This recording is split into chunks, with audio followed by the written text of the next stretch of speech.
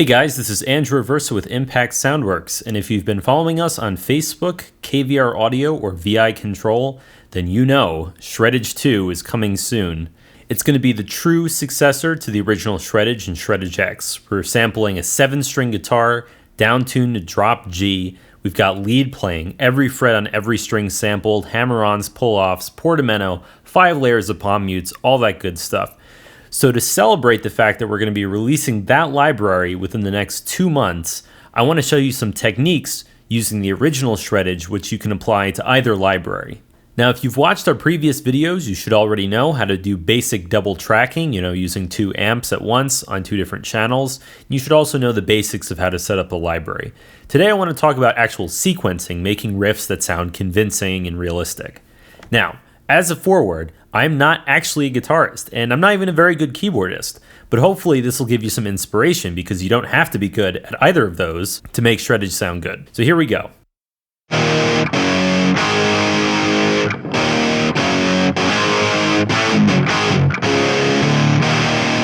So let's take a look at how some people approach guitar sequencing, not having any experience so far. So here's an E flat. This is the kind of thing you might hear.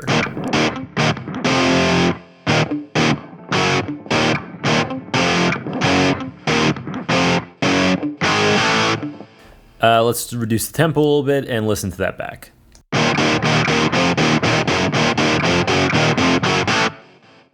Now, as you can hear, that doesn't really sound realistic. And that's not because of the articulation or the guitar or the amping. It's really just the note sequence by itself primarily. So the first thing to look at is the note lengths.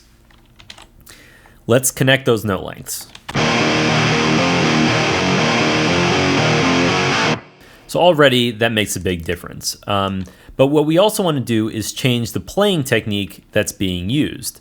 So rather than having each note be the same kind of open sustained sound, let's change some of those to palm mutes. Now what some people do is they make the notes very short for the mutes, like this.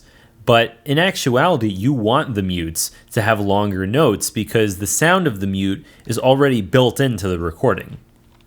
So a very common kind of riff involves having mutes on most of the notes, and then you have sustains for a little bit of extra energy or aggression. So again, we have no gaps in between notes here. I'm just going to sort of make random ones into palm mutes and just see how that sounds, just right off the bat.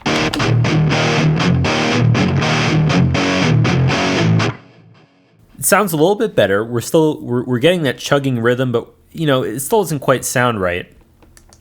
So one thing that you can do is focus on higher notes in the riff, make those into sustains or hard sustains, and then have the other notes be palm mutes like this. And you might also vary the specific palm mute articulation being used. There are fast palm mutes and there are also extended palm mutes depending on velocity. So we'll just kind of vary it up a little bit like this.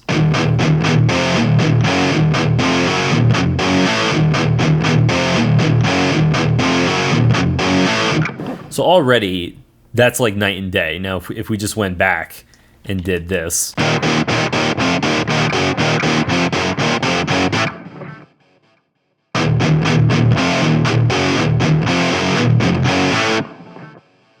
There's a pretty big difference there.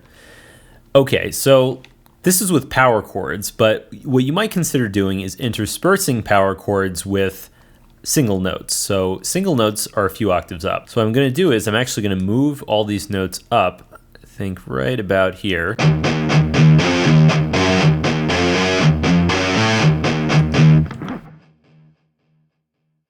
And let's take just those low chugs and make those into power chords and see how that sounds.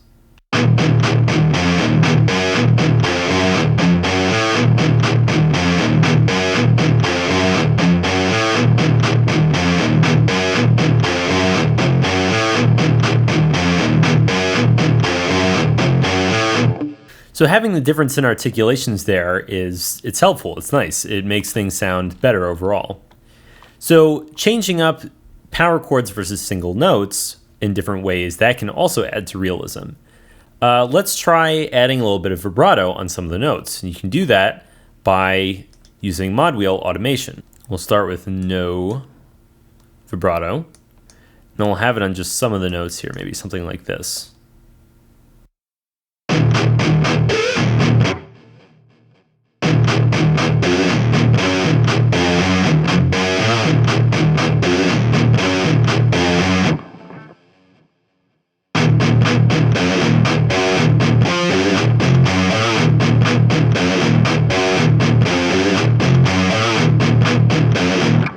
Okay, so adding a little bit of extra articulation to some of these notes by means of vibrato also helps the riff to sound a little bit better.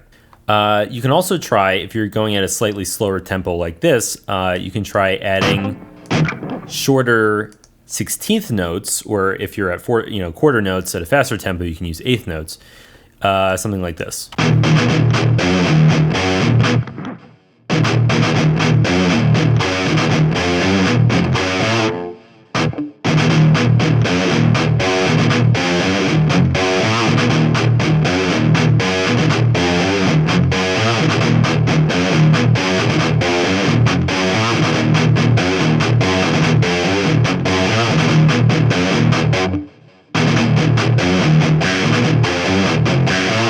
You can see by increasing the velocity on the single notes, we're actually getting a little bit more bite in the articulation.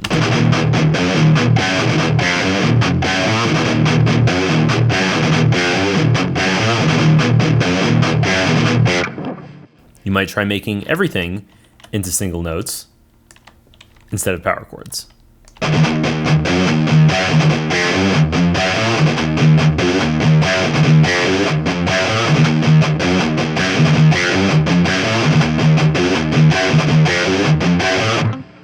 So by changing note lengths, by adding shorter notes that are palm mutes, by changing palm mute velocities, and then emphasizing certain notes either with vibrato, you could use pinch squeals, or higher velocities on the single notes to get more aggression, you can take a riff that sounded very, very mechanical and still using the same pitches make it sound a lot better. So let's delete that, and just messing around, let's try something else. So let's try something a bit more like, lower tuned.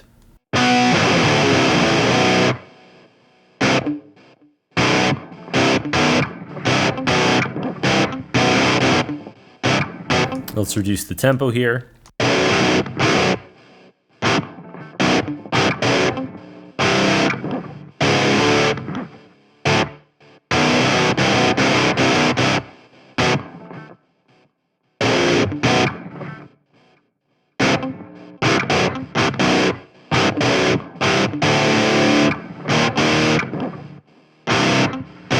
Again, I'm not a death metal guitarist, so this is what somebody might put in if they didn't know much about metal.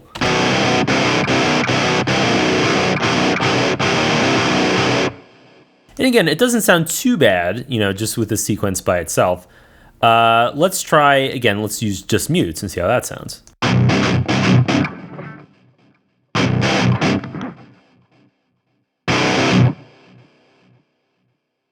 Maybe something like this, where the first note is open, but then we have a sustained mute underneath.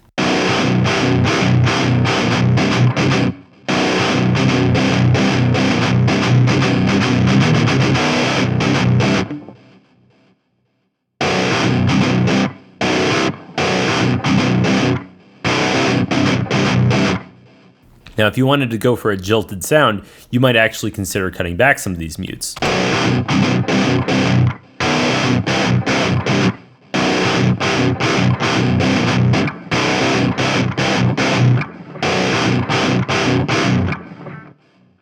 Likewise, trying it in the single note range,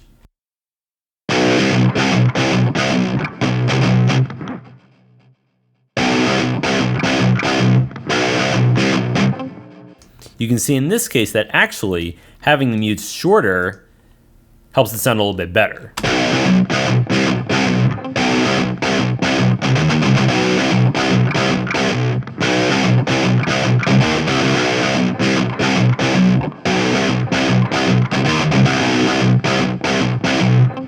So here's something with the sustains that you might not know.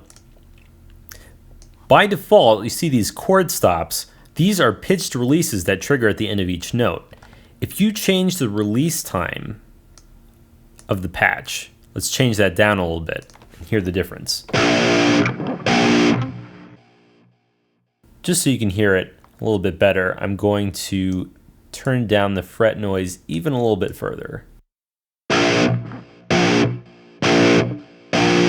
If you hear that chug at the end, turning that up can emphasize a low-tuned part even more. But if we turned up the release, if we had this a little bit higher, you wouldn't quite hear that as much. And the higher you do it, the less audible that'll be. So sometimes having a very tight envelope can make these short, aggressive sustain notes sound even better.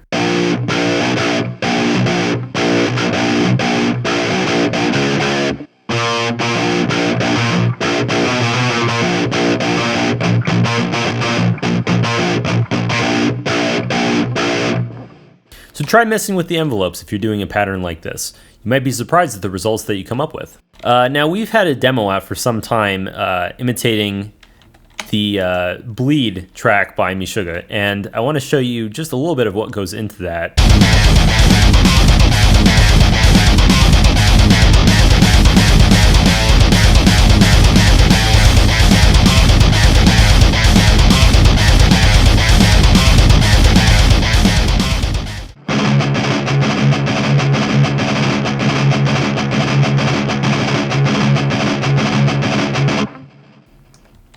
Okay, so in this pattern here, I have the basic sequence, and part of it is that it's at a very high tempo.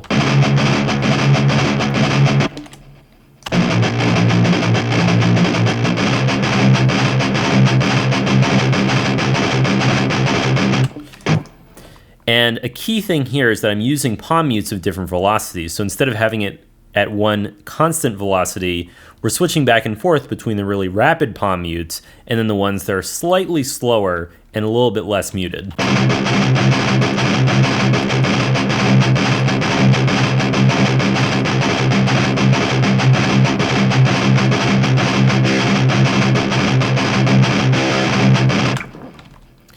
So really, besides getting the right amp tone, and I haven't put any effort into the amp tone here, this is just a basic revolver tone, using pitch bending, which is a very important technique in any guitarist repertoire, is what really helps add that brutal effect from the song.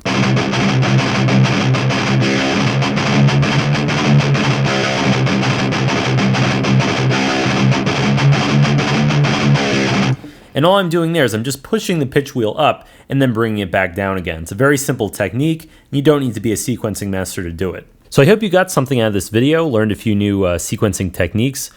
Just to recap, the key things are to make sure to check the note duration. Sometimes you want sustained mutes or sustained notes and not have any gaps in the playback. Other times you actually want to emphasize notes and make sure that they're cut off with a short envelope. Check the velocities of the mutes. Don't just leave everything at one level. And the same goes for single note sustains. Rather than just having the simple sustain sound, you can intersperse that with a higher velocity, more aggressive, hard sustain sample that we recorded. Try putting in vibrato on certain sustain notes to add a little bit of extra interest, even if the note's short, like an eighth note or a quarter note. And then lastly, don't forget to check the tempo and then use the pitch wheel to get some of those cool pitch bending effects that an actual guitarist would use. Anyway, Shreddage 2 is going to be coming out in the next few months. We'll be posting videos for that leading up to it, and of course when it comes out, all existing Shreddage and Shreddage X customers will receive a permanent discount, and even new customers will be able to get it at a very reasonable price. So look forward to that, check it out, and thanks for watching.